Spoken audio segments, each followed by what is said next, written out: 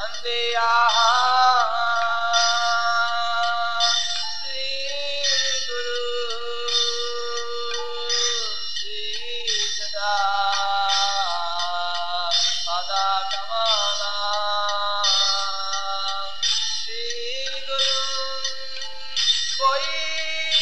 following is a talk given by His Holiness Jayapataka Swami Maharaj on October 30th, 1983 in Honolulu, Hawaii. The topic of the class was one must have a spiritual concept.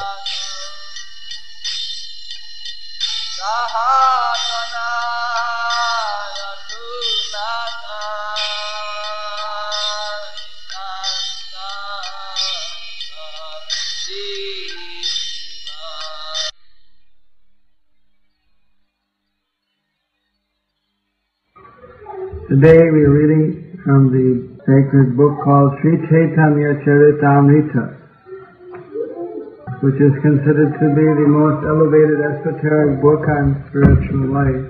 This is a pastime about a Bengali poet who came to visit Chaitanya Mahaprabhu to tell him a poem about Lord Jagannath. Lord Jagannath is deity on the right side here in the altar is a dynamic transcendental form of Lord Krishna, which has another story how he got that form. He's especially worshipped originally in Jagannath Puri in Orissa in this particular form. So this poet came to glorify Lord Jagannath with a poem, and he wanted Lord Chaitanya to hear it first.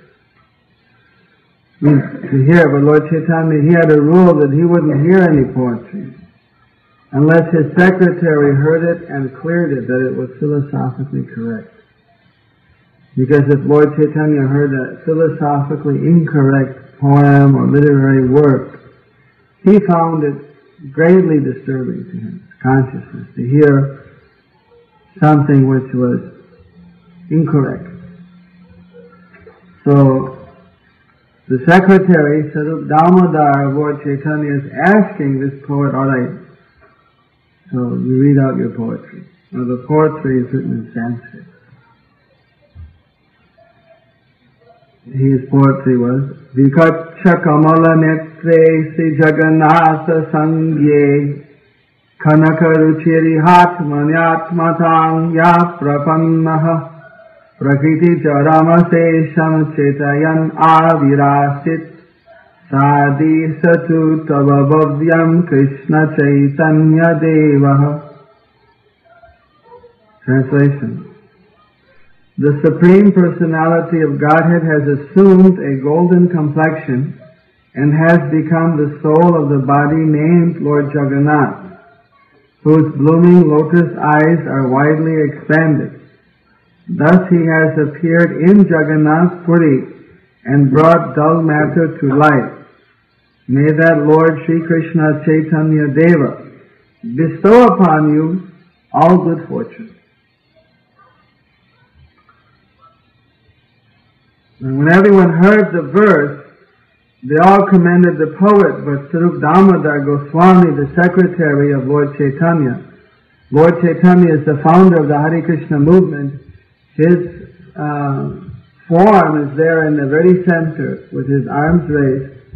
He is accepted as Krishna himself, as the Supreme Godhead, who came 500 years ago on this planet in the form, in the disguise as a devotee, to give humanity and give the world this most sublime process of yoga, the sublime process how to achieve complete perfection in life. So his secretary, Sri Damodar Goswami, asked that poet kindly explain this verse. Kavi kohi Jagannatha Sundara Sarir Chaitanya Gosai Sariri Mahadir. The poet said, Lord Jagannath is a most beautiful body, and Sri Chaitanya Mahaprabhu, who is exceptionally grave, is the owner of that body. Purport of Bhaktivedanta Swami Prabhupada, whose form is here, the founder who brought the ISKCON Hare Krishna movement to the West, he's giving his explanation. Sariri in Sanskrit refers to a person who owns the sarir or body. As stated in Bhagavad Gita, Dehinosmin jata dehe komaram jovanam jara tatha dehamsara praptir dhira takta namuyati. The translation is, as the embodied soul continually passes in this body from boyhood to youth to old age, the soul similarly passes into another body at death. The self-realized soul is not bewildered by such a change. Bhagavad Gita, chapter 2, verse 13. For the ordinary living being in material existence, there is a division or distinction between the body and the owner of the body. In spiritual existence, however, there is no such distinction, for the body is the owner himself, and the owner is the body itself. In spiritual existence, everything must be spiritual. Therefore, there is no distinction between the body and its owner.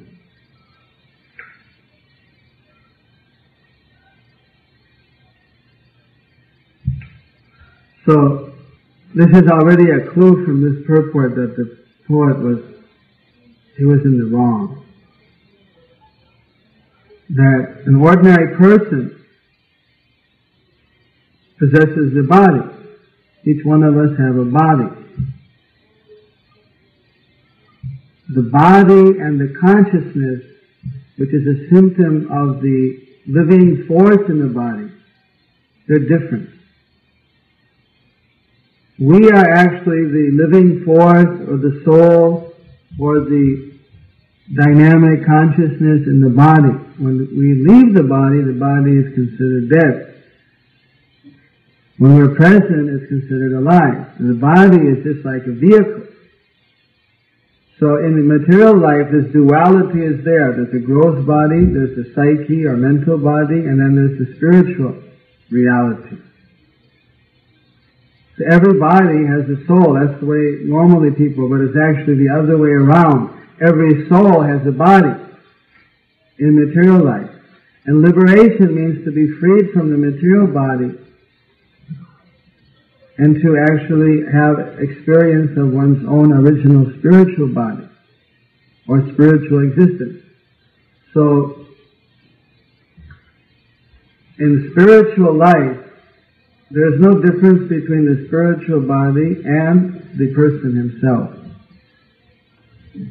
So when they're saying that Jagannath, Krishna, the deity, has got a soul different, it's kind of equating the deity of Krishna to be like the situation of an ordinary, material, conditioned human being, which is a great offense for anyone to say that about a spiritually situated, liberated person, what to speak of the Supreme Person.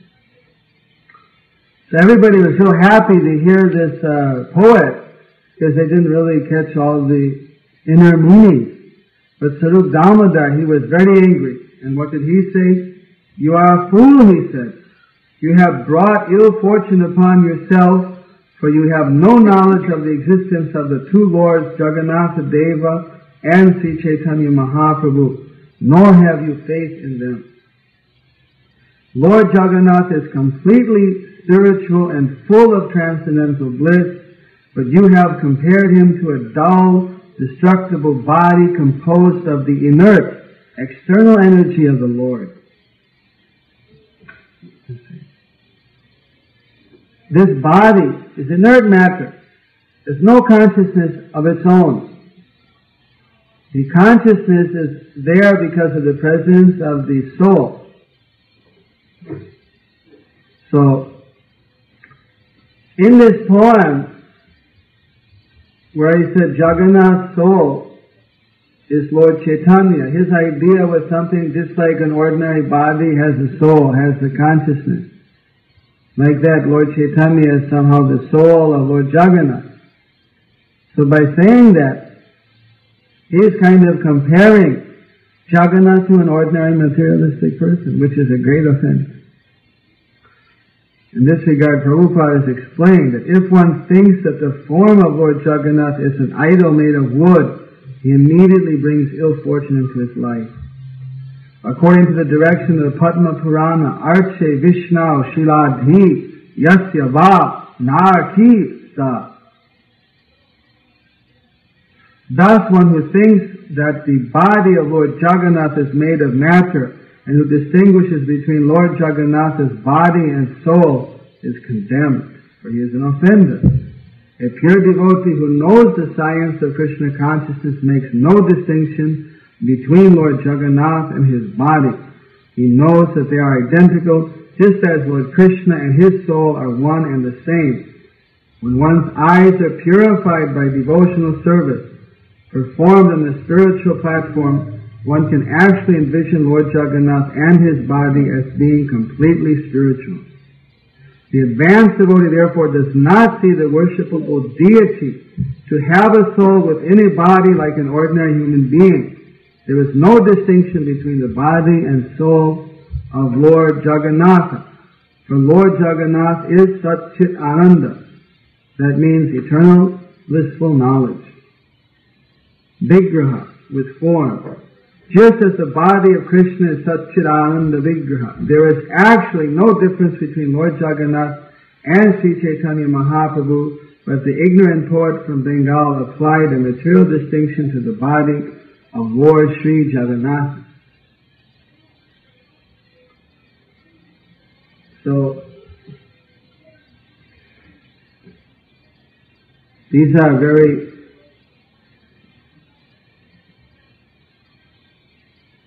secret, confidential subject matter about the transcendental science. Of course, normally people are very interested in hearing simply about the physical side of life.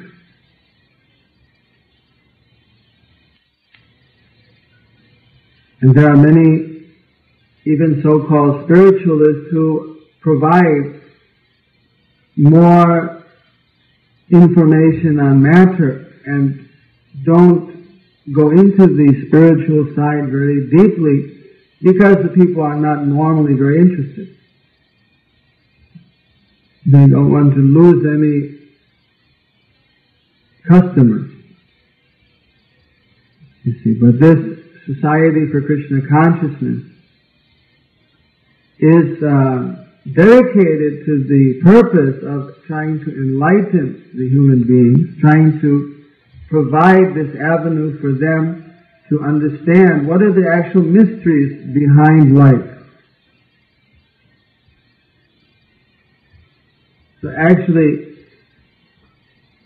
it's not difficult to understand the science of spiritual life. If somebody chants Hare Krishna, if somebody associates with the devotees, takes the spiritual food, then gradually the consciousness can comprehend these things. If a person is very intelligent, he can comprehend. But there are some who, in spite of hearing again and again, they still remain amazed. They remain confused. What is it all about? It's not very difficult to understand, just like an automobile has a driver, that this body has a driver, that's the living force, that's who we are. But we are part of Krishna. Krishna is the sum total of everything, plus he's an individual. He's both. How is that possible? That's inconceivable. But that's the nature of God, he's inconceivable. So, in our temples, we worship the forms of Krishna as deities, as worshipable deities. These are not idols. An idol means that you imagine something and you make a picture of it or an idol of it, a statue, and then you worship. Just like in the Bible, they just made some golden calf and start worshiping it. Some speculation. It's not anywhere described, but in the Vedas it's described that Krishna was on this planet, he looked in this way, and that if you make a form of Krishna following these dimensions and these proportions and this basic description, and if you have the installation ceremony where you call Krishna to be present as the deity, and from that time you treat the deity just as Krishna is there. Krishna actually is there, he reciprocates with the devotees. And each deity form of the Lord is not considered to be some statue or idol or a symbol, but to be directly Krishna himself. Why he appears to be made out of stone or wood? Of course, originally a form is made out of stone or wood. But then Krishna is invited to come into that deity, and then actually that deity becomes, or Krishna, he just expands himself as that deity by type of transcendental process. So there are many, many pastimes or histories about devotees having specific interchanges and relationships with deities. The deity, although Krishna is one, but each deity is known as having Lila Boichitra. Lila Boichitra is a technical term which means each of them have their own personal activities, which are different than others. So, for instance, on the right, Jagannath and Subhadra, Balaram deities. In each temple, we have these deities in maybe 100 temples around the world. And a devotee can come and offer prayer. When we talk to the deity, we call it a prayer. But in fact, it's just talking to the deity, making some presentation, either request or humility or whatever it may be. And the deity hears those prayers and in many ways answers them. Now, there was a great devotee of this deity, original deity in India. His name was Ganguly, Jogesh Ganguly. Now, he was 500 years, this happened 500 years ago, at the time when Lord Chaitanya was in Jagannath Puri, and he wanted to go to Jagannath Puri and be able to visit the temple. But unfortunately he was blind. In those days they didn't have jumbo jets, they didn't have automobiles, they had walking and horse riding. He couldn't afford a horse. They had to walk 500 miles to go to that temple. He was ready to do it, but no one wanted to take him, because 500 miles to lead a blind man is no joke. So everybody would tell him, yes, yes, I'll take you. But then when it came time to go, no one would show up. No one would. So then he was crying and crying that nobody's taking me. And he was crying that I won't be able to go to the temple. So then that night, in a dream, the deity appeared to him and said that, all right, I'm very pleased with your devotion. You don't have to go. I'm coming to you. Tomorrow when you go bathing in the Ganges, you'll find a big log. You have that pulled out of the water and you'll take it to such and such a carpenter who is a leper. And he will carve my form, my brother, my sister, Jagannath, Subhadra, Balaram, these three deities on the far right. And you worship those right here. And that's as good as you're going 500 miles to Jagannath. I'll be with you here. He woke up and it was so dark. Of course, for him it doesn't make a difference because he's blind. For him it's always dark. But for everyone else, they probably were still sleeping. But so he went down to the Ganges and took his bath. And there he found that some log was touching his body. It had come downstream. So then he called some other people. He had to go and wake people up out of the village, tell them, please come and help me. He got the people up and got them to pull this log out of the river and take it to this carpenter. So then he asked the carpenter that you please make Jagannath, Subhadra, Balaram deities. You make your Jagannath deities for me. The carpenter said, no, I won't make these deities for you. You must make these deities. He says, no, I'm a leper. I'm dirty. I've got disease. If I make a deity as the most sacred thing, you're going to install that as a worshipable deity. How I got pus and all type of disease and rotten flesh. How can I make a deity? I won't do it. I'll go to hell if I do it. For the offense. Go to someone else. He said, listen, the Lord came to me in a dream. He told me that you're the one to do it. No, I won't do it. You doubting me that I have any motive? So I don't doubt you, but I know that it will be an offense to me. Well, listen, I take the full responsibility if there's any offense. Will you take the full responsibility of disobeying the order of Krishna? If in fact this is his order, I am taking the full responsibility if there's any offense whatsoever. Will you take the full responsibility to disobey this instruction? All right, I'll do it. So then he started to work and carve these deities. But as he was working, then gradually his hands were, everything was, rotten. And I don't know, in India sometimes, in America, they have a few cases, but they keep it well hidden. I mean, they take him to hospitals and cure it. It's not a fatal thing anymore, in most cases. But in India, you see them sometimes. I mean, they just literally, it starts to just fall off. His limbs, anyway. So this carpenter was working with his stubs and everything, and, it was started to be very painful. Every time he'd hit, it would be hurting and paining so much. Somehow he finally was coming, when he finally did the last hit, the last carving, finished the deity, he became completely cured.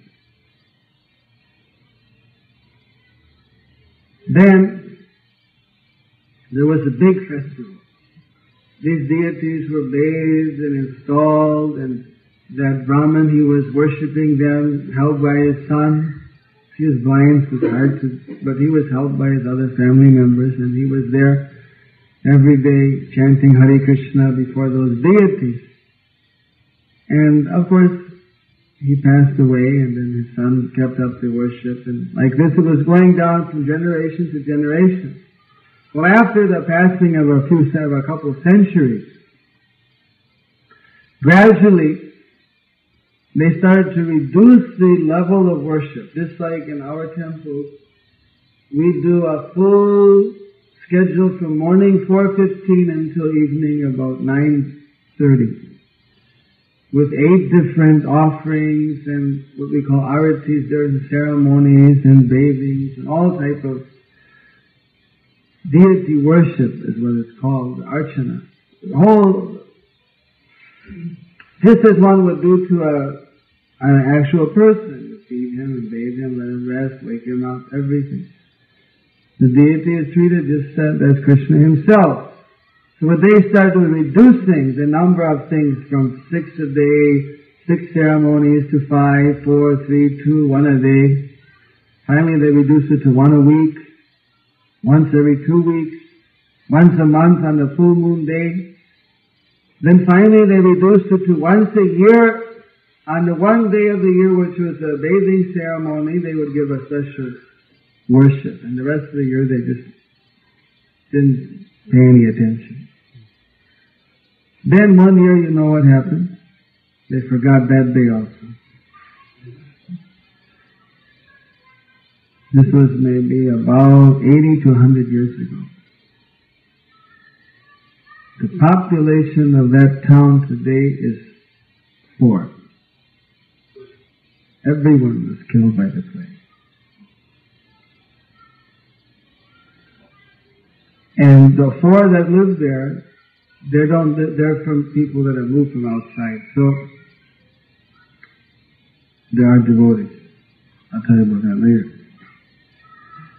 So 80 years ago, the Brahmana had come and was looking for these ancient deities of Jagannath. He was a descendant from another line, from another, mother's side. So he was looking and looking, couldn't find anywhere. He saw there was a big forest there, and there was a big ant pile of white ants, termites. They dug within that, and there in the middle, they found these 3 deities. Now these deities are normally made out of wood. Those were made out of wood, but just as the scripture is saying that although it may appear to be made out of wood, but actually the deities are transcendental. So especially in the case of those deities which are self-manifested deities, they came on their own accord. They voluntarily came. They hadn't been touched. So those deities were again established in a temple, and they were being worshipped. And 4 years ago, the grandson of the person 80 years ago found these deities. We found them. He approached us at Mayapur, the world headquarters of the Hare Krishna movement, and said that he had a dream that these deities said to give the deities to be worshipped by the International Society for Krishna Consciousness, and that he was going to not live very long, he felt. So I mentioned this to the world body of devotees, and they agreed that we should take over this very ancient temple, 500 years old. You see, this place, this temple here in Hawaii is known as New Navadvipa. Just like you have New York, New Orleans, New Hampshire, so on and so forth. We have New Navadvip. Because the original Navadvip, 21 people had to sign to give the land deed over to us. So 20 people had signed. One person hadn't signed yet. His share was not even 1%. It wasn't even a tenth of a percent. It didn't have a decimal point. It was so small. But as a thing, he could still cause us trouble if he didn't sign it over. So the pujari means the worship person, the devotee who does the worship for the deity. That's a special type of service that a person does after 3-4 years of training in the Hare Krishna movement, maybe minimum 2 years, normally 2.5 to 3 years, minimum.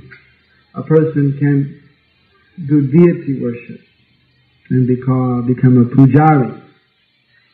So we have a devotee there. He's been a pujari for about 9 years. He's been in the Hare Krishna movement for, say, about 12 years. He's 6'6". His wife is 6'1". They're from England. And this is a matter of it. It's very, very nice person, wonderful devotee. So he came to me and said that, because I told that until every last person signs over the deed, we don't want to begin the deity worship, because once you begin, you should never stop. And in case they cause any trouble and we still haven't finished the legalities, then better to let them sign, and we'll begin, because once we begin to worship the deity, we won't stop. So he came to me and said, about 4 or 5 days later after I said that, he came to me and made a confession. This is about 1.5 years ago.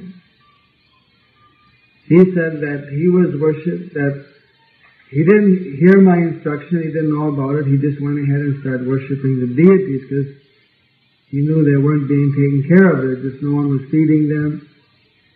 So he started bringing over food, or what we make special yogic food and we offer that. So he was bringing these offerings over to Jagannath, the deity, and offering them according to our process for about 3 days. And then he heard that I gave this instruction that no one should begin the worship. He came to me to admit that when he heard that, he suddenly stopped doing it. Because he realized that he made a mistake, he shouldn't have begun. So he stopped it for about 2 days. The second day, in that evening, I don't know if I should say, but just for the sake I'll explain, that he had a dream. In the dream, he was going to the temple, he opened the door to see the deities. When he went to open the door to see the deities were gone. The temple room was empty. Just like you open these doors, suddenly there's nothing there. Then he became frantic. Where's Jagannath gone? Where's the Krishna deity gone? He's looking everywhere. He ran out of the temple and looked. And there he saw the 3 deities. Startled. So the next day he came and saw me and said, what should I do? This happened. I said, once you began the worship, you should never have stopped. Immediately go and take the offerings of prasadam. With this deity alone, there are so many things which happen that it's just uncountable. There's so many things which have happened. Some deities are very active, and these deities, particularly of Jagannath, are the most active.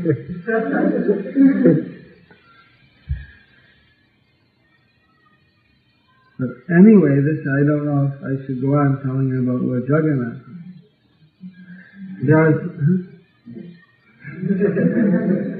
There are so many deities, and each one of them have various pastimes. But, this was since we're on to something. For instance, there was one Mohammedan, every day would bring a basket full of vegetables and fruit. We asked him, why you're a Mohammedan, you don't normally worship Krishna deity, why you're bringing offerings to Jagannath? He said that a year ago, I prayed to him to have a son. I got a son, I'm offering him. So many devotees like that were coming. That's like we don't even discuss, it's unlimited how many. He's the only deity of Krishna that no matter what religion they are, Christian, Hindu, Muslim, whatever, they all go there. So before, they never used to lock the door. And we asked her, why don't you lock the door? We never leave the door unlocked. You don't have to with Jagannath.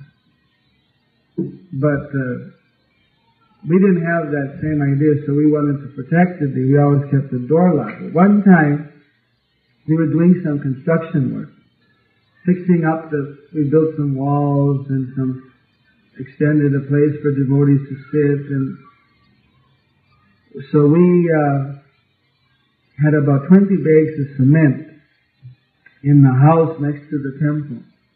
And one night about 5 hoodlums came and broke, pounding on the door. The pujari was an older man, about 55, 60. What do you want? I said, give us the cement. He stole the cement and they ran off. He couldn't fight against 5 people. According to India, a bag of cement is worth more than here. It's not the biggest thing, but it upset the pujari quite a lot, and it got everybody upset. We made a police case that cement was stolen, but there's no clue. They had masks on and everything. About a week later, there was some other incident in the village. Some crime happened. Someone was stabbed or something, right? Something that caused the police investigation in a nearby village. The village where this deity is, there's nobody. That's called Rajapur. The only people who live there now is our Hare Krishna devotees, and one next to us is one neighbor. Otherwise, there's no other. In the map it says Rajapur. In the old maps it shows it had hundreds of houses. There's nobody there anymore. But all around it there's villages, thousands of people, and little villages all around, within half a mile, 1 mile. It's all beautiful, all mango orchard, this type of trees. These are, well, this type is not a tree, it's a small bush, but they have here this, what do you call pansy or something? Not these, the plumerias, the other champak tree. They have forests of champak tree, not a whole forest, but they have several orchards, where they have, within the orchard, some very beautiful champak tree. It's a beautiful area. So, anyway, that's a little off the point. So, anyway, the police came there to investigate this totally different crime. In it, they started searching a few people's houses. It just so happened, and in the search, they walked in one house, he had 20 bases. The police officer who did the investigation himself was a Mohammedan. And he knew that we had made a complaint. He said, "Where did you get this in there?" He said, "You stole it from Jagannath." In India, the police, they take the law in their own hands to some extent for investigation. Anyway, on the way to the police station, somehow the person tripped and broke a few bones. I don't know exactly how it happened. Kind of escape or something. And after that person who came, he came before Jagannath and he bowed down and he said, "I'll never do this again." There's so many things like this that happen where, which people can say it's coincidence or this or that. But for the devotees, there are many things that happen, direct things, some more miraculous things that happen also, which definitely tend to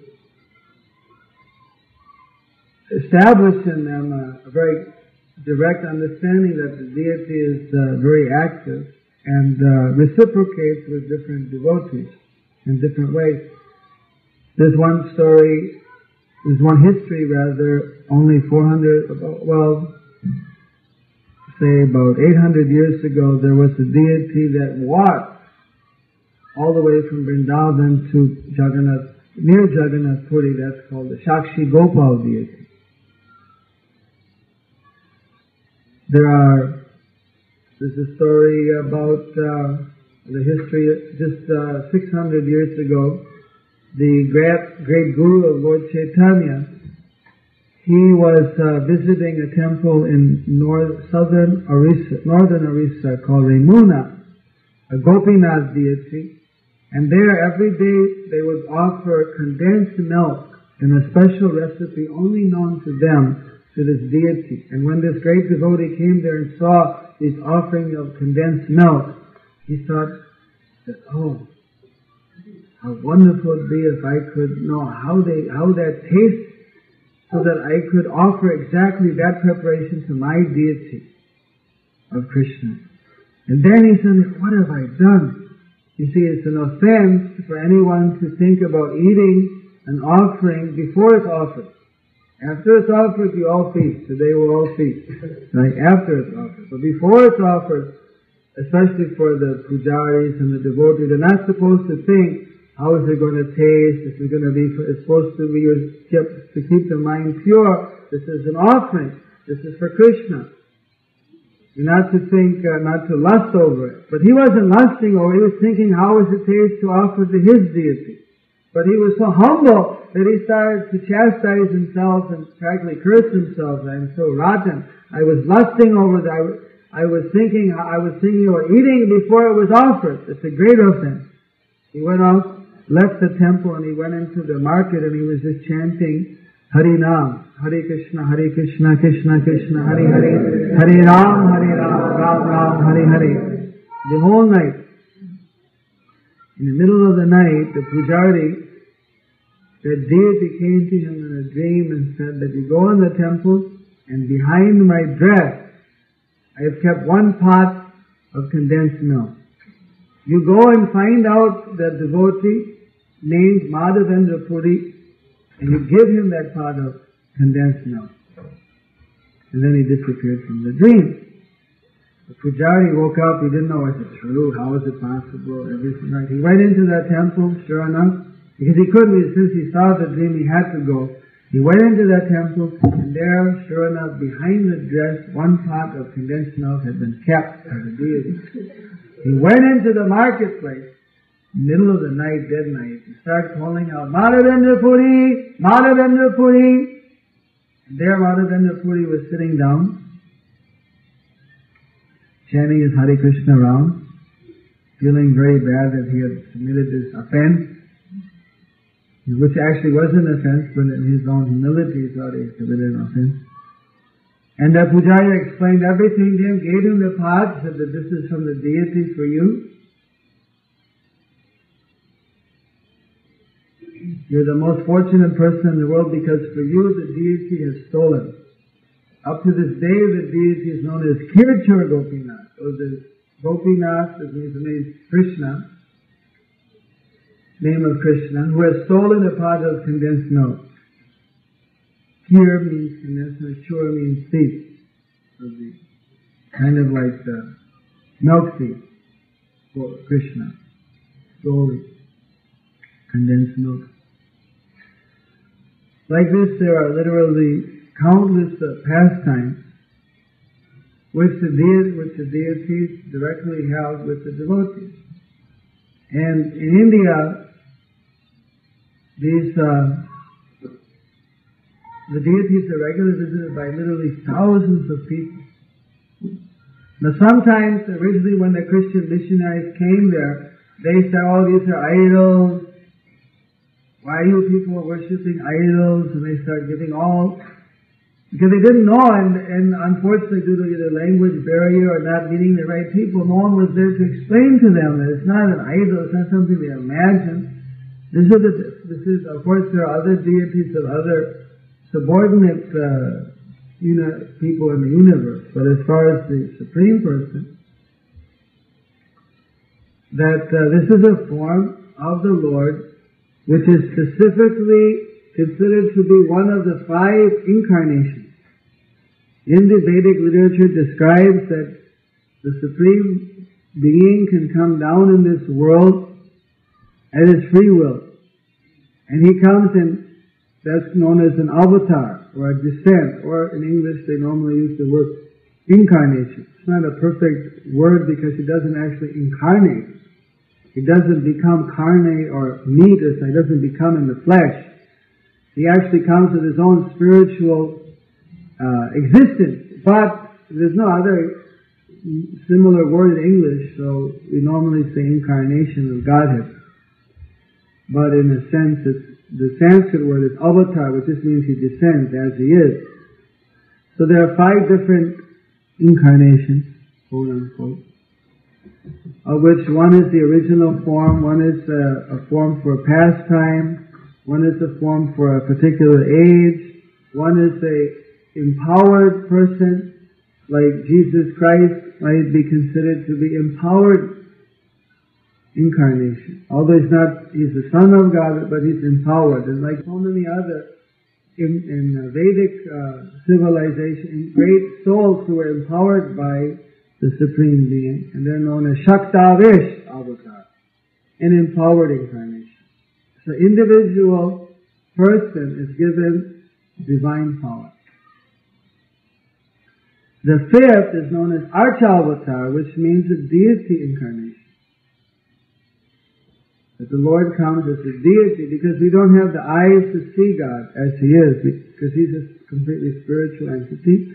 So He comes as a deity. We can worship Him, we can meditate on Him in this form, and that will give us the same benefit as if we could see Him directly. In a gradual way we become purified and we can actually perceive that Krishna is present.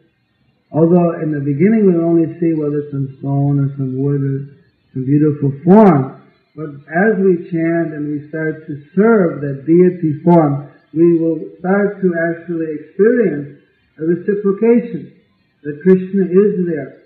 It's not something, it's actually a process. It's described in the Vedic literatures, in the Vedic scriptures. It's one of the parts of the form called Bhakti Yoga.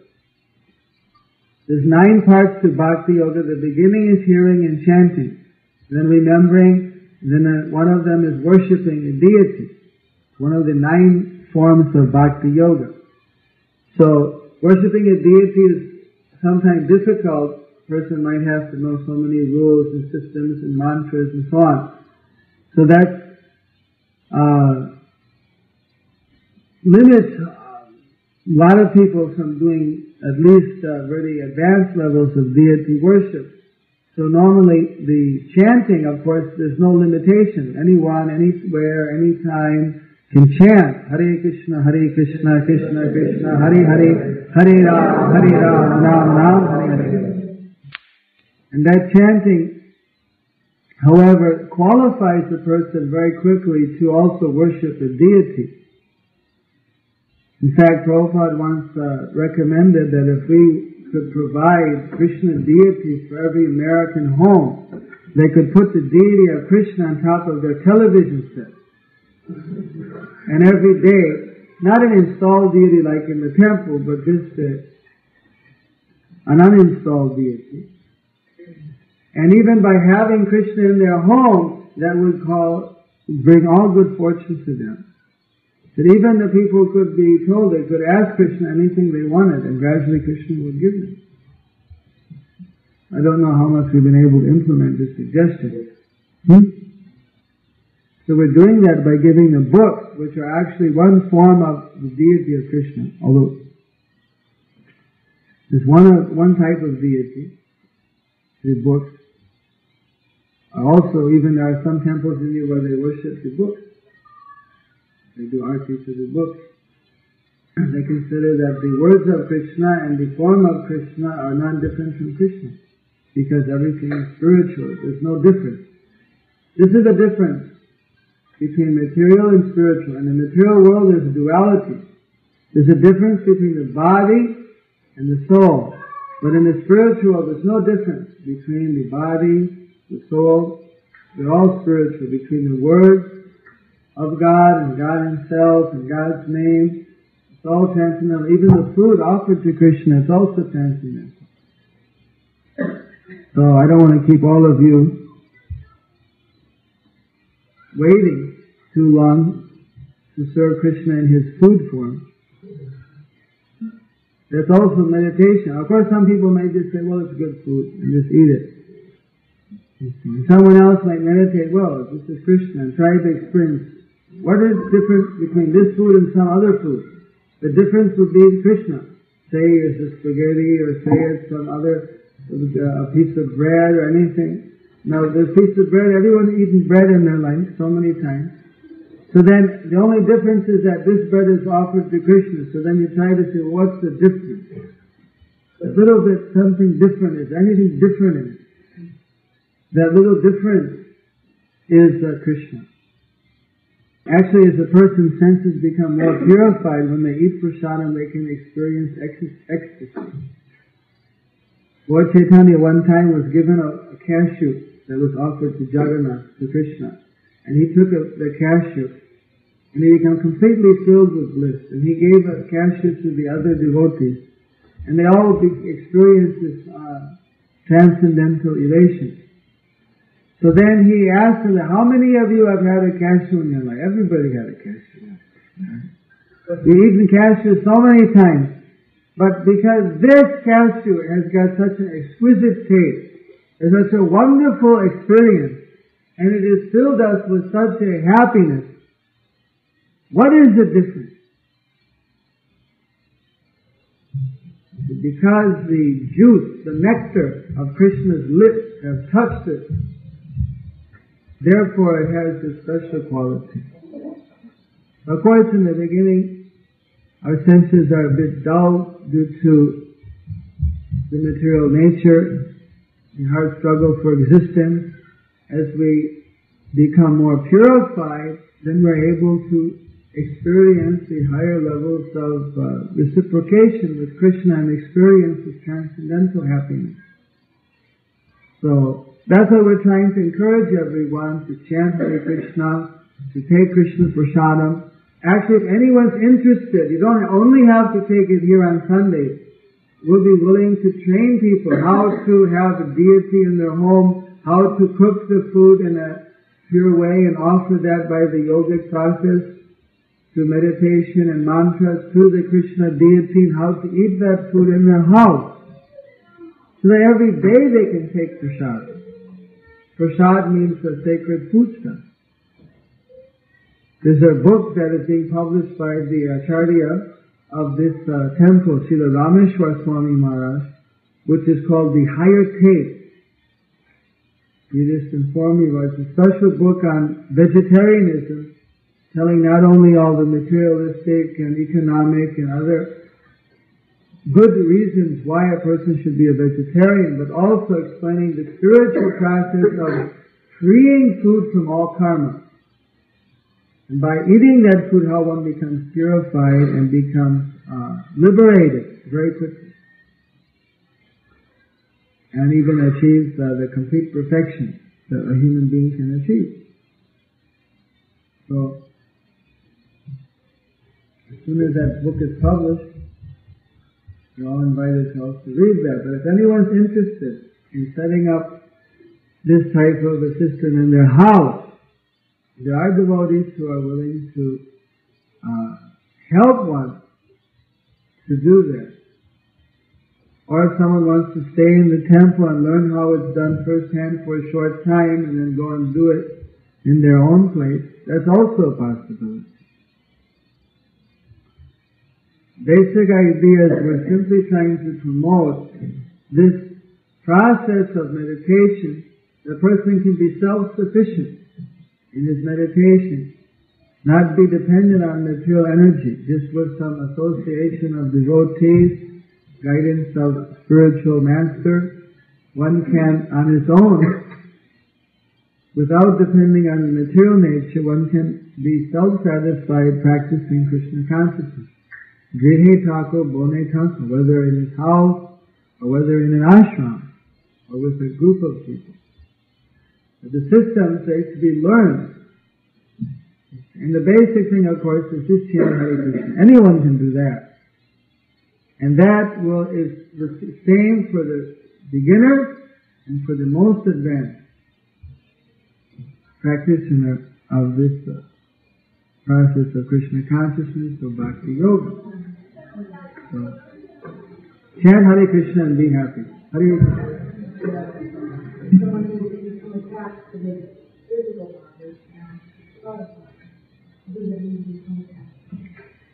Just like there are so many intellectuals that spend a lot of time reading books and studying in universities, and they may even neglect the physical body. They don't even bother really to dress super nice or something. There are some people that are very absorbed in more intellectual pursuits. But they're very attached to their intellectualism or their mental. So in a sense, they're attached to their subtle body. And this is one example. Some people are very proud of their physical body. Much the same in South America, machismo. Or for man or for woman. Then the subtle body is just more attached to one's philosophy, outlook of life, one's mental state. So rather than being attached to the gross body or the mind, which both of them are always changing, to be attached to Krishna and the spiritual existence, that is the permanent situation. That was recommended this morning.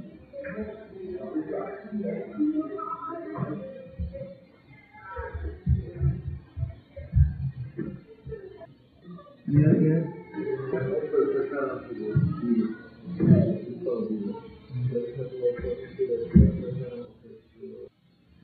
Since every deity is different, so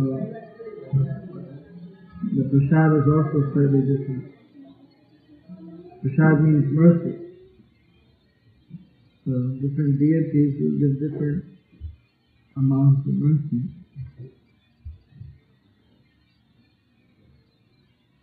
When you're offering to a picture, then the person offering is very important. How much faith? When you're offering to install deity, then the deity is more important than the person offering.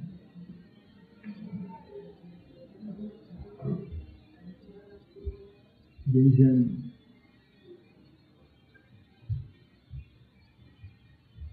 But in essence, the prasad, if it's actually offered,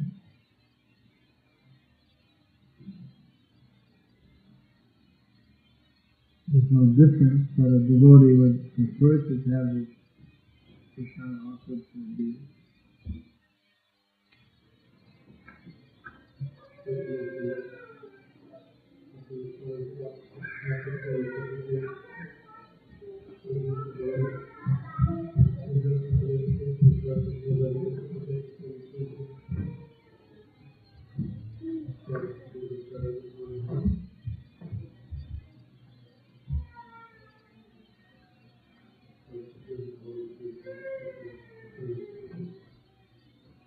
Krishna says in Bhagavad Gita, Jayapataka Swami Maharaj. According to the way a devotee approaches me, I reciprocate with him. So, that's also reciprocation.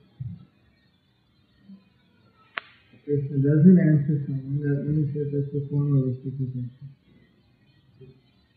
Must be some reason.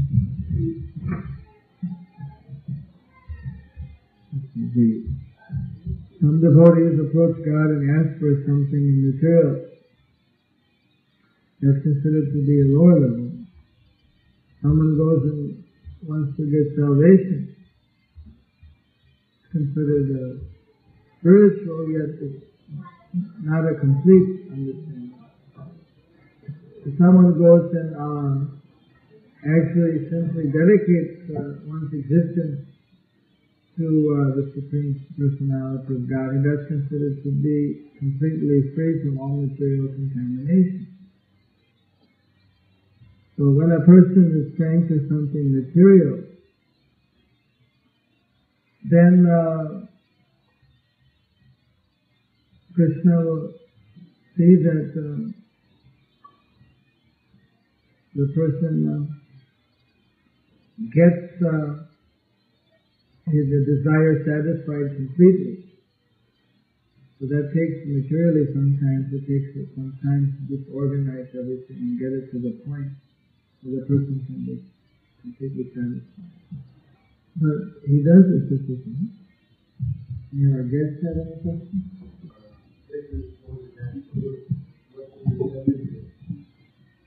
In the two systems, Bhagavat Vidhi and Sanskritic Vidhi, that we follow. So the basic idea is that whatever we do, we don't just do it according to our own will. There's a difference between an idol and a deity. It's not that we just do something according to our own will. So just to keep the whole process pure, within the Vedic literature, a certain process has been given.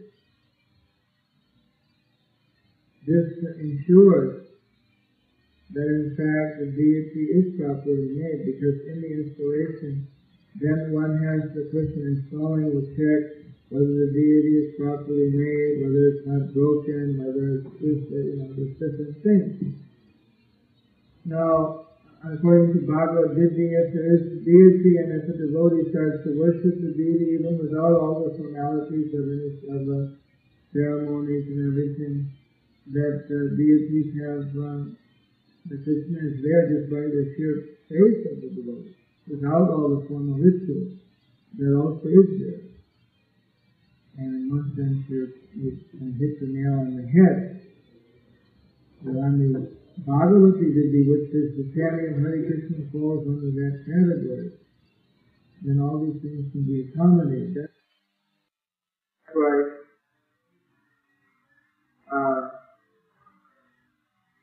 chanting is so effective.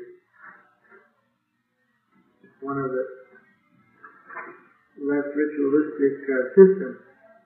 Nonetheless, our previous gurus, they have told us that we should follow the Pancharatric system as far as possible, to give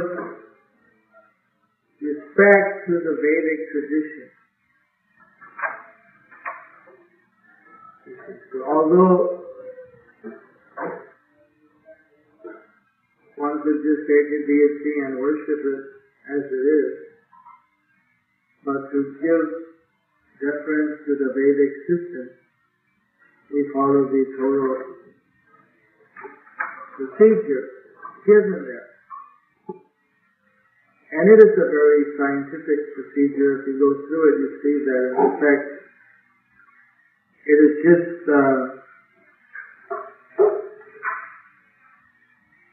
purifying the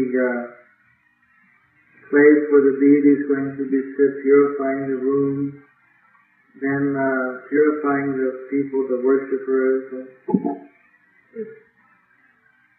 It's all very much related to just the deity worship. And the final thing is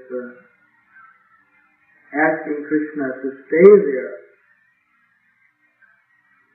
Otherwise, whenever the deity is there, a pure devotee comes and worships it, then the deity is there. Then if the pure devotee doesn't worship, then the deity is not there, using the same idea. But when a pure devotee requests the deity to come and stay there permanently, then there's also an obligation that his followers will have to continue the worship. So there's two types of deity. The deity which is there when we're being worshipped, and the deity which is considered installment, that the deity is requested to stay there permanently. And so that means that the worship should go on perpetually. But in both cases, if Krishna is there, just like someone said, can we offer prasadam to a picture? A picture is one form of a deity, but it's an uninstalled deity. There are 8 types of deities mentioned in the Vedas. A picture, deity made out of earth, made out of stone, made out of wood, made out of a jewel. A deity made out of some form of metal. A deity in the mind. In other words, if a person's mind is pure enough, you can meditate on the deity in your mind and the deity will be there. There's a story about one Brahmana who was meditating on worshipping Krishna, and he was in his mind cooking and doing all the worshiping. He didn't have the money to do a big worship, so he was listening to one class, and he heard how you could do a complete worship to Krishna in your mind that was just as good. So through his meditation, he was step by step doing all the worship from morning to night, and every day he was doing it. Day after day, he'd go for 1 hour, sit down, and he'd imagine, meditate in his meditation, that there was a temple, and there's a deity there. He'd go in the kitchen, preparing and offering, and the whole work in his mind is a meditation for years. So in his doing that, his concentration became so great that actually in his mind he had a complete temple room and a kitchen, everything was there. And he was daily coming and doing all the worship. He had assistants, the whole. So that one day he was prepared sweet rice, and in his meditation he was thinking whether it's too hot or not. Let me just touch it. And so he touched the sweet rice, and he burnt his finger. It broke his meditation. He looked, and his finger had a big red mark. And he was shocked. He said, I was meditating, how my finger got burnt. And he was just astonished, looking at his finger and trying to figure out what happened. Because in the meditation he might have, but how is it that physically he was burnt? And then Krishna,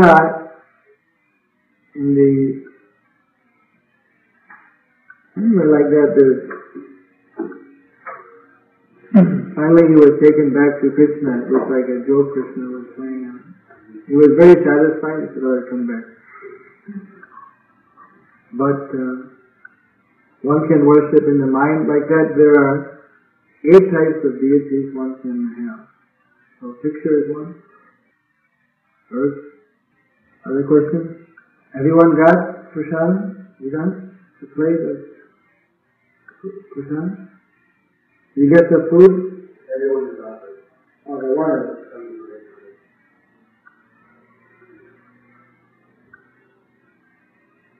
Do you have any questions? Yes? Who was the first devotee of Krishna? And how did that come about on this planet? What time?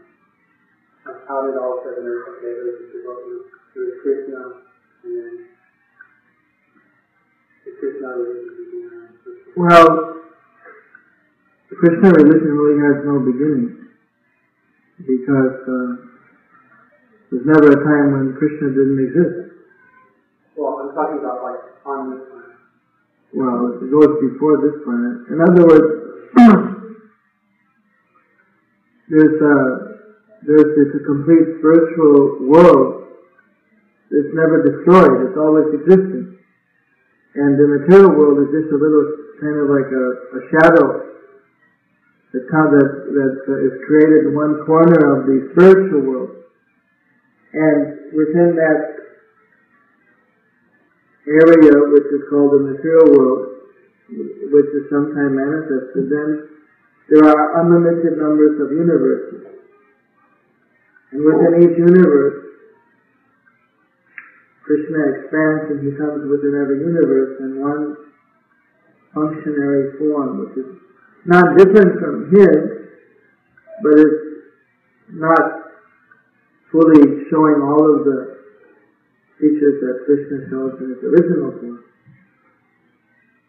Who was the first human devotee? So, in the universe, the first living entity is known as Brahma, and he's the first devotee of Krishna.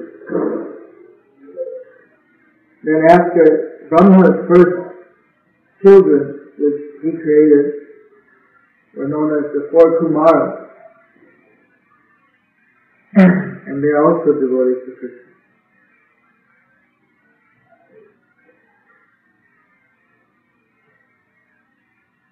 So originally, originally everyone was a devotee of Krishna. As time goes on, then gradually other types of entities come about.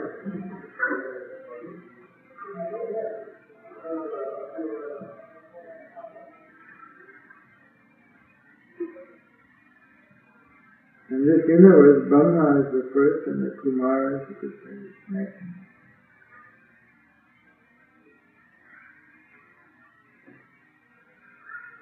And Lord Shiva.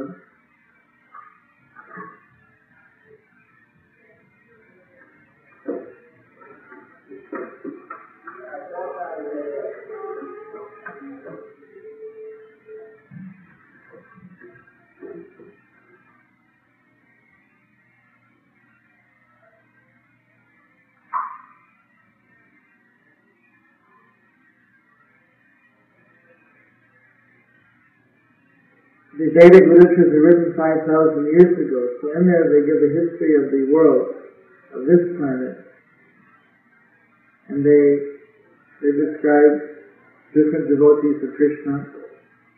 Krishna was on the planet 5,000 years ago, but there were devotees of Krishna before that.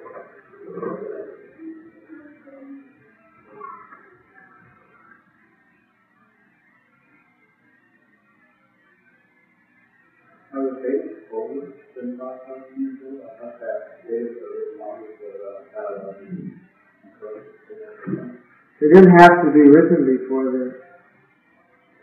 They're known as Shruti and Smriti. Shruti means spoken and Smriti means remembered.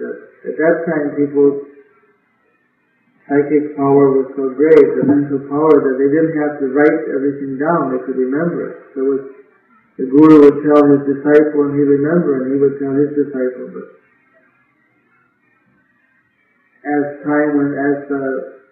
from the period of 5,000 years ago, Vyasadeva, who wrote down the Vedas, he could foresee that people were not going to remember unless it's all written down. So then he compiled the works of the various philosophers and the authoritative instruction in the form of Vedic literature. First he wrote the 4 original Vedas, then he expanded that and wrote 108 Upanishads, then 18 Puranas, the Vedanta Sutra, and Mahabharata. And hundreds, over 1 million verses.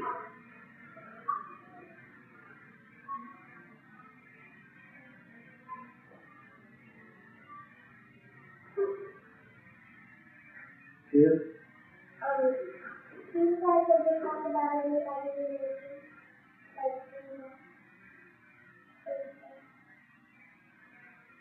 Well, if somebody wants to know about another religion, we might talk about it. You're interested in Buddhism?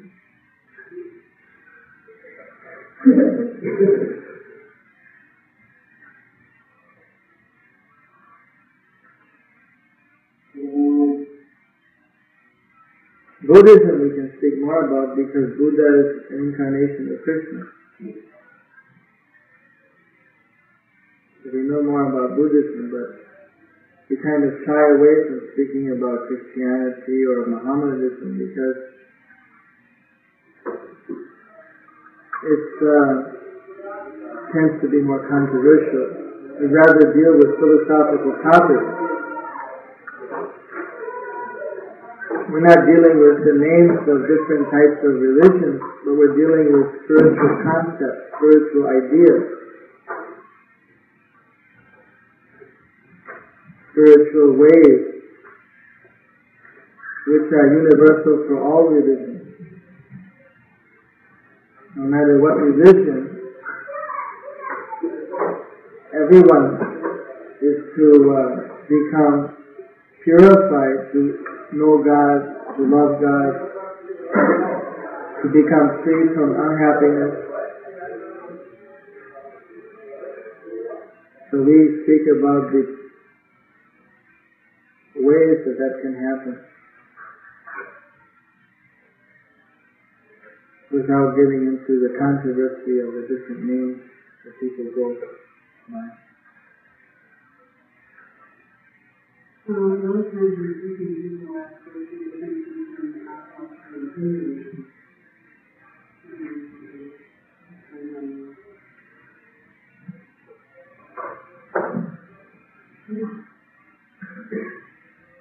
One problem is that there really isn't anything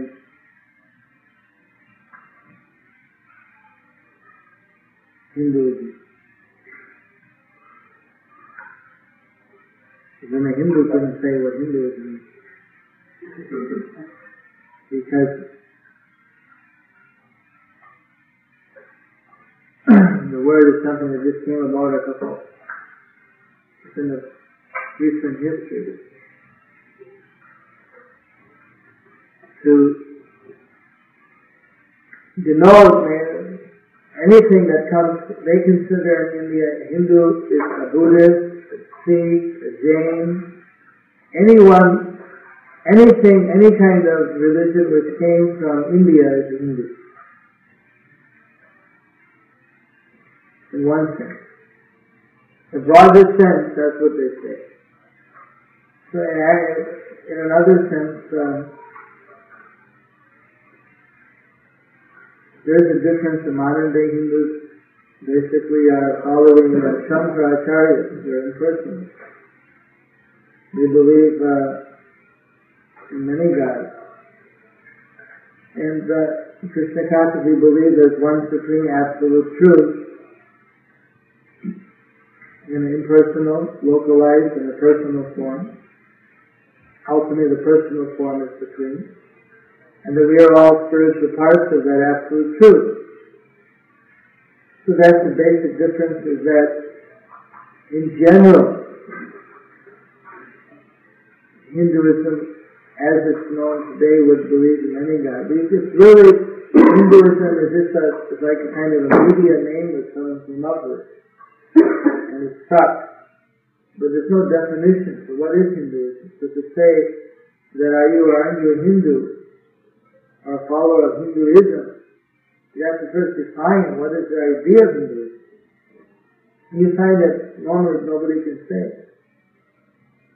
So if there's any difference, it's that most Hindus might believe in many gods, but Krishna consciousness believes in that one supreme absolute truth.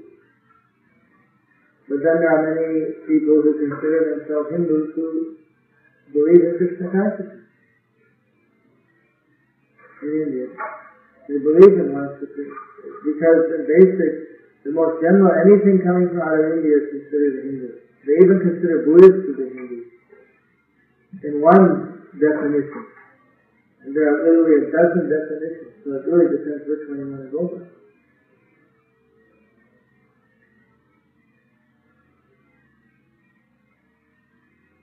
So the basic thing to probably say is that Prabhupada said that Hinduism, Christianity, Mohammedan is a faith. And you can change your faith. You can be Hindu and become a Mohammedan. You can be Mohammedan and become a Christian. You can change your faith.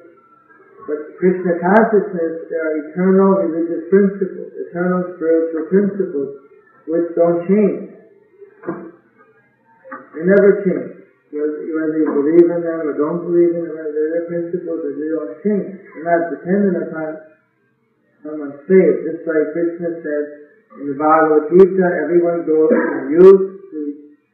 from childhood to youth to old age. So Prabhupada was speaking, he said that is this being spoken only for Hindus? Only the Hindus are going from childhood to youth to old age? Everyone goes from childhood to youth to old age, human beings, dogs, cats, cows, whatever.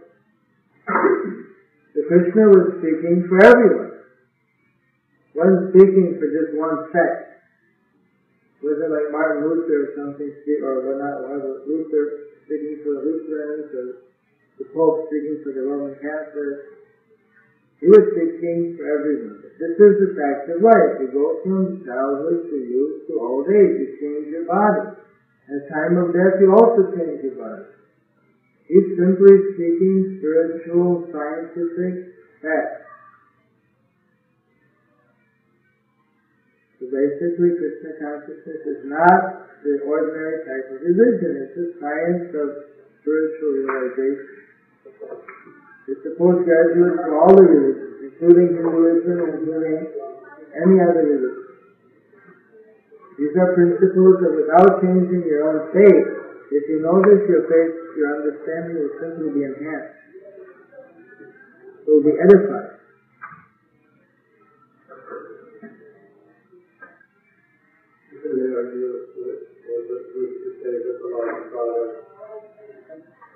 No, we take it from God's own knowledge.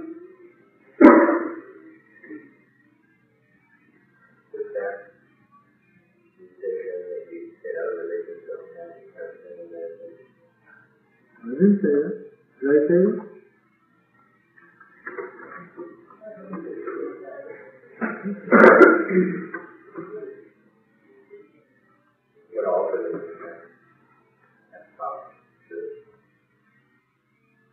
We just said this is postgraduate.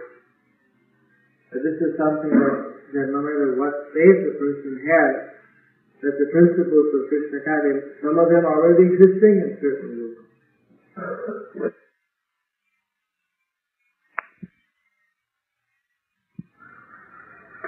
Absolute truth, but just with the impersonal aspect, or with the localized aspect in the heart. But only Bhakti Yoga is addressing all the three. So, when Arjuna, the person to whom the Gita, Bhagavad Gita was spoken to, he was offered all the various systems of yoga. So he said, I'm confused. Which yoga, or you say all the yogas are leading to the absolute truth, but which of the yogas is more, better? So then Krishna said, well, this other form of yoga, Hatha Yoga, the Sangha Yoga, Kriya Yoga, these things, if you do them, they are going to encounter a lot of difficulties, but in the end you can come to me, but you'll encounter a lot of difficulties. Those who want to achieve the impersonal realization, they have to go through a lot of difficulties. Relatively speaking, those who come to my personal aspect, for them is very easy. And then he said that of all the forms of yoga, the personal form of yoga, in my opinion, those yogis are the most intimately connected with him. Yoginam api sarvesham vadgatinam saratmana sathavan vachate jo mam savai yukta tamo matah. Savai is over all the others. Yukta means to be in union, or to be connected. Yukta tama. Tama means the most intimate. Yukta tama mataha. Mata means my opinion. The Krishna is saying, in my opinion, the Bhakti Yoga is the most intimately connected to me.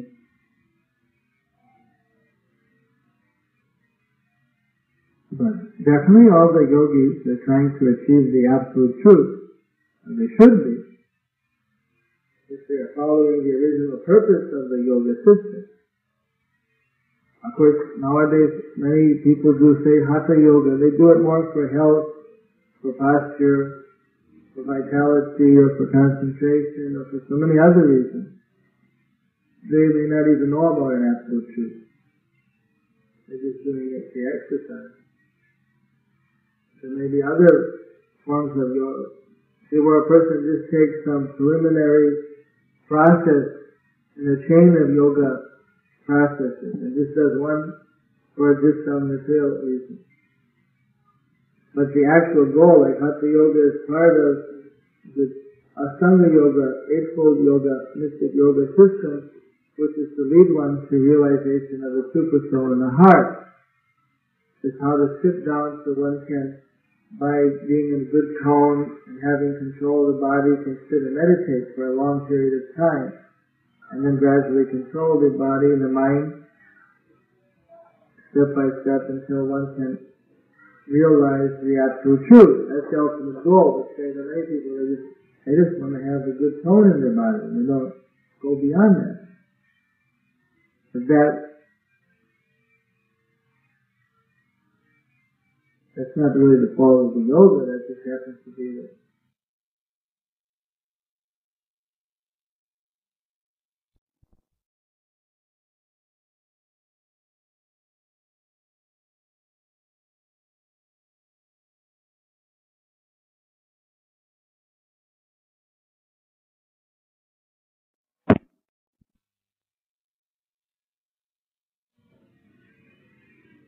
So those other forms of yoga, just like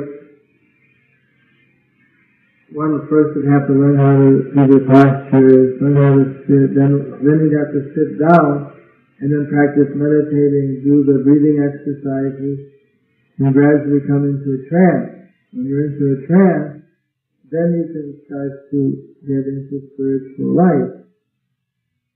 So before a person gets into trance, it may take them years. And to get into a deep trance, or a considerable amount of time, so comparatively say, even without doing any sitting postures, if one chants Hare Krishna and concentrates and listens very carefully, one can go into the trance in a very short amount of time. and be meditating immediately on the absolute truth through mantra, and get the full benefit, which for the other way would take, before one could even approach that type of meditation, would take a long time.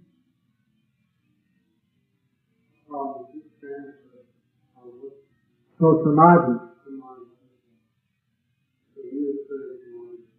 Yes?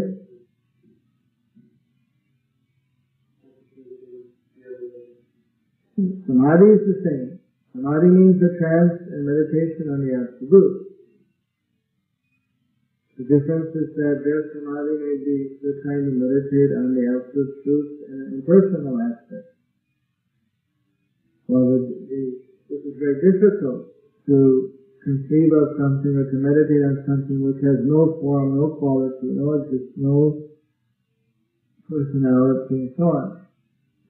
So then it's relatively easier to meditate on the personality of God, the activities, the form. So the impersonalists, they try to say, well, that's material. It's not material. That's their misconception. They take anything with form to be material, but there's a type of spiritual form also. This material world is like a reflection. In the Bhagavad Gita it says that the whole material world is a reflection from the spiritual world. This is type of a three-dimensional reflection from the fourth-dimensional world. In the fourth-dimensional world there is impersonal existence, and there's also a type of spiritual personal existence which doesn't have the inebrities of the material world. So someone who's only going up to the impersonal aspect wouldn't know about the personal aspect. There's a more subtle existence. But their realization is spiritual. They accept them as transcendental. But it's very difficult. It's very time-consuming. It's very tedious. If they achieve perfection, well then they're safe from reincarnation. But the danger is that if they don't completely get to the point of perfection, then again they're going to have to come back and take another reincarnation, and they lose a lot of ground. All in the process of Krishna consciousness, because already this form of meditating on mantras is a spiritual process. You are meditating on the spiritual truth in the form of sound vibration. Spiritual sound vibration. So one's already getting spiritual advancement or spiritual credit. And even if one was incomplete and had to again take another birth, one would begin from where you left off. So, you're saying that by experiencing by Krishna, that will be conditional and that status where it is. Yes. Yes. How would you define what constitutes a spiritual experience? At times we have to be the Lord God and so we become transformed and have a spiritual experience.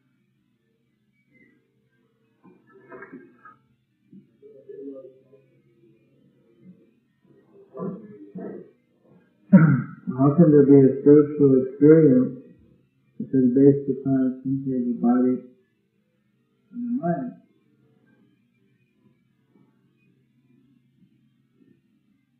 They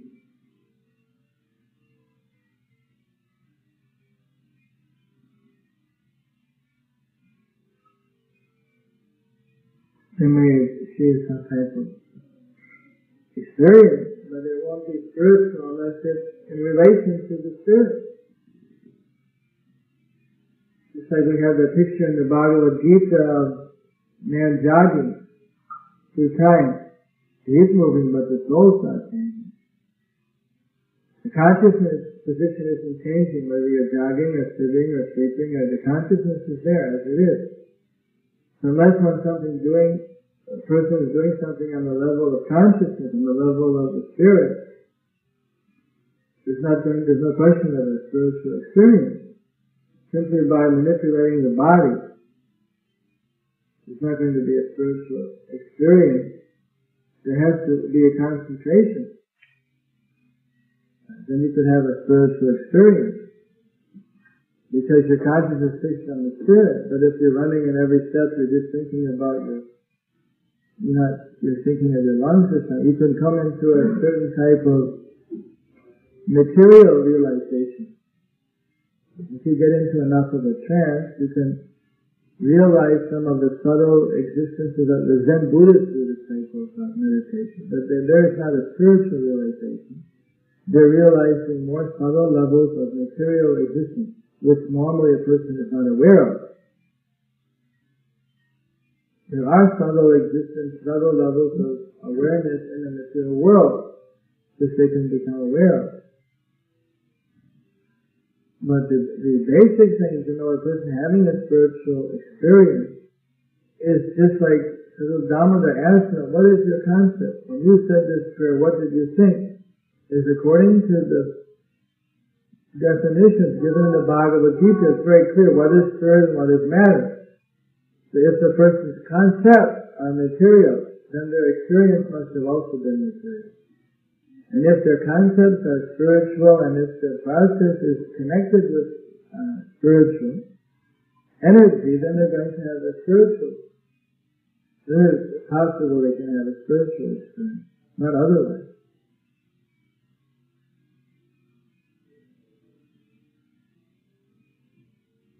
So sometimes superficially it's hard to say, just like that poem that we read, then Sudamara said, what's your idea? He might, because in the same poem he could have different ideas. The words are one, but he may have had an idea which was spiritual, but in fact his idea was material and he was exposed.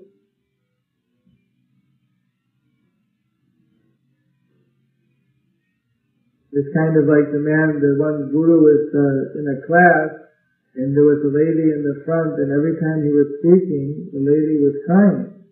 And he thought that this lady is having a spiritual experience, and I want to meet her. And after the class, he asked her that, what type of experience are you having?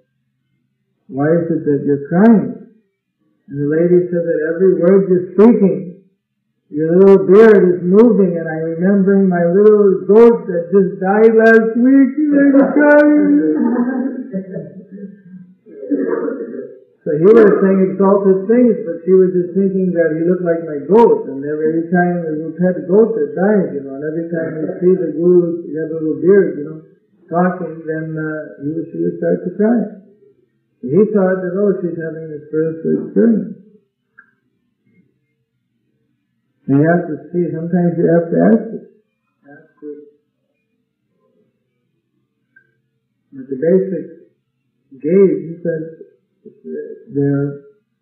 what is their concept? If the direction is actually spiritual. If they don't have any spiritual understanding, they don't know anything, so how can they have a spiritual experience?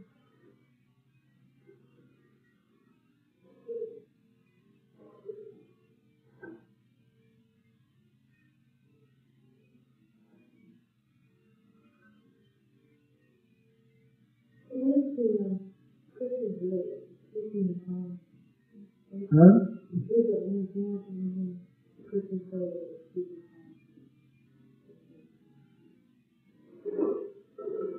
Whatever they say, it doesn't.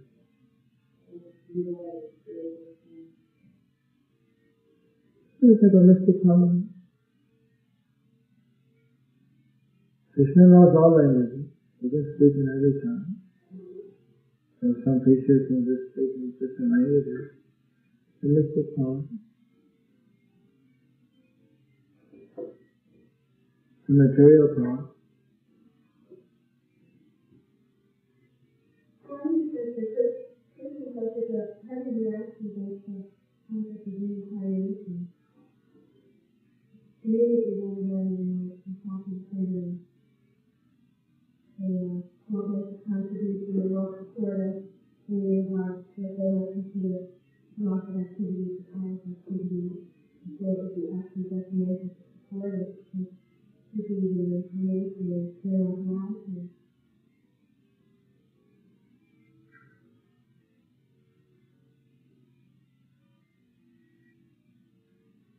What do you think?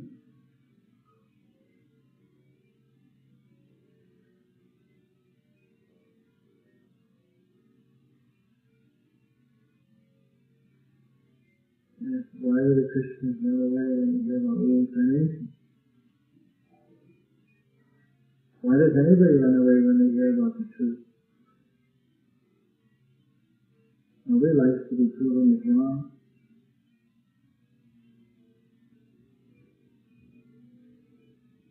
Science is proving reincarnation.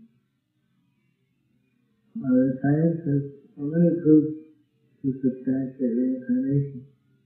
The original books in other Christian, like Dead Sea Scrolls, and they also said Jesus revealed reincarnation.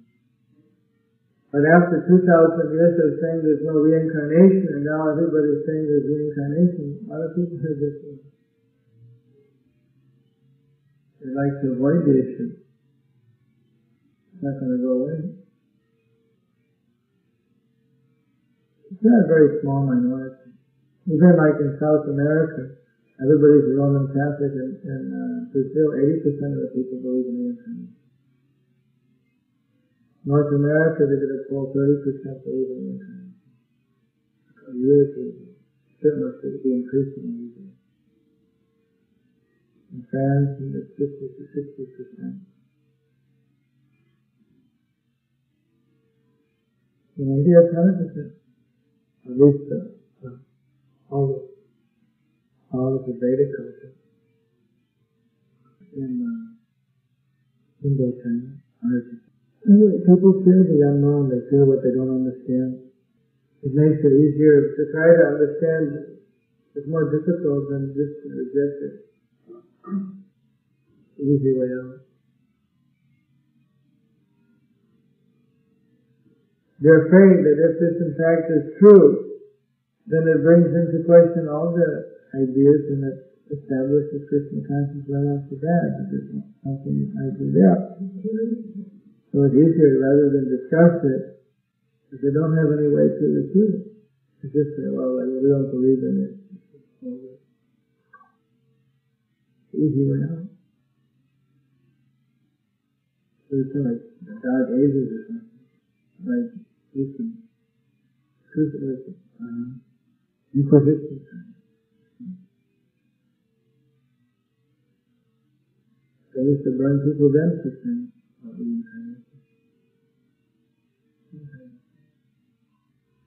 You can't get away from it. It's that way.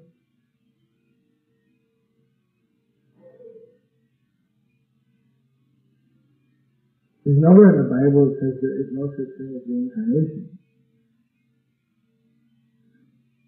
That's just their interpretation. It says you do good acts, you get good results. You sow, so shall you reap. Love time. You can either go to heaven or hell, but they just simplify it. It's a one-time thing. It's like you simplify something for children. I can really easy for them to understand. Why would Krishna only do one thing? All or nothing. And how can we call him all merciful if he just gives us one lifetime, and if you blow it in that lifetime, it's finished. Burn forever.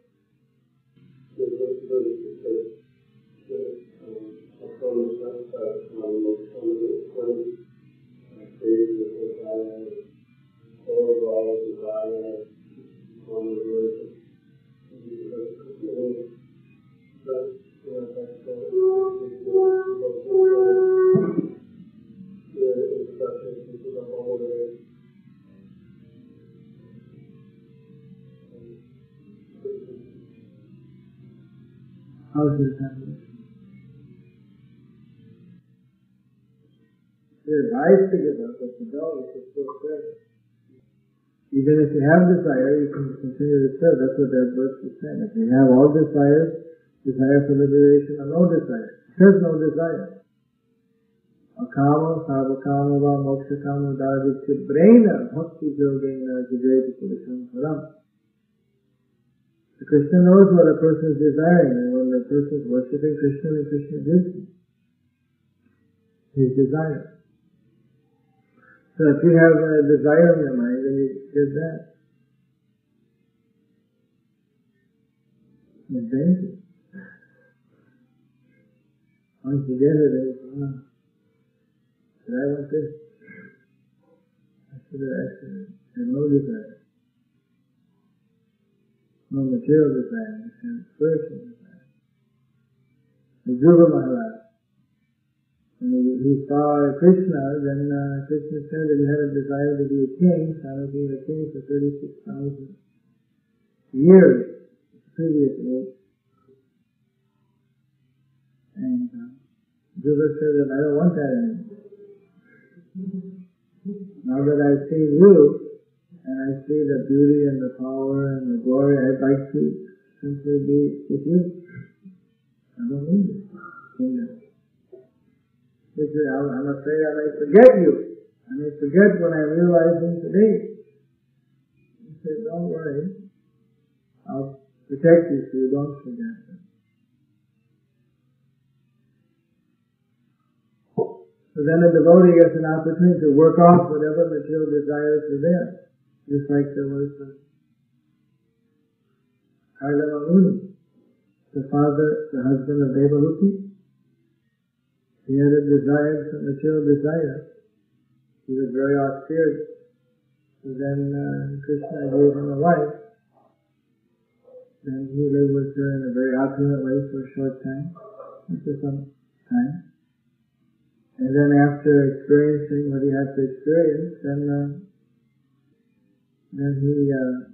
the thing was that he had to give her a son. Once that she got the son, then he left and became completely renounced. Sometimes a person might have some desire, just theoretically can't forget about it. So even then, one should just concentrate on practicing Krishna consciousness, and in due course Krishna will give the facility to satisfy that desire in such a way that one will completely be able to experience where that activity is, where it's at, where it's situated, what its actual value is. And that desire will be completely satisfied, completely satiated. So that you don't have to desire it again.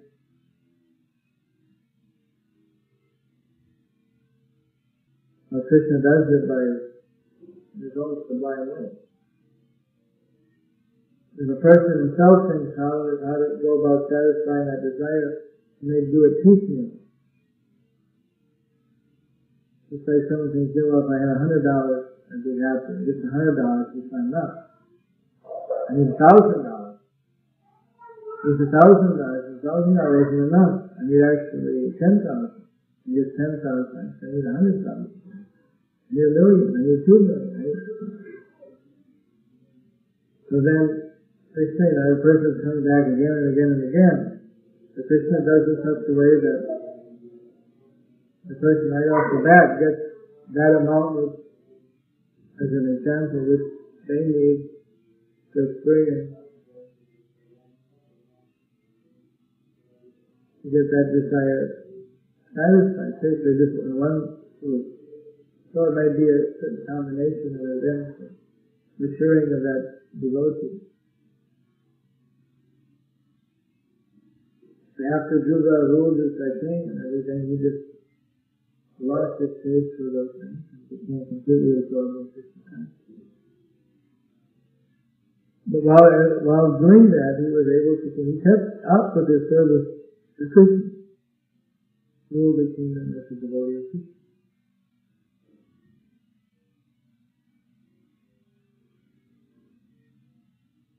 It's not a contradiction. Person is recommended not to have any desires, but if you have a desire for liberation, or a desire for material happiness, still you should serve Krishna. Someone might think, well, I have some desires, so how can I serve Krishna? But for that reason, that verse is given just to show it. So no, even if you have a desire, you should choose it. Whether you have all desires, or whether you have no desire, whether you have a desire for witness the power of liberation. You should still serve Krishna without any condition. Don't make a thing that I'll serve and give me this. You don't have to say anything. Krishna already knows what you have in your mind. Better than the person himself knows.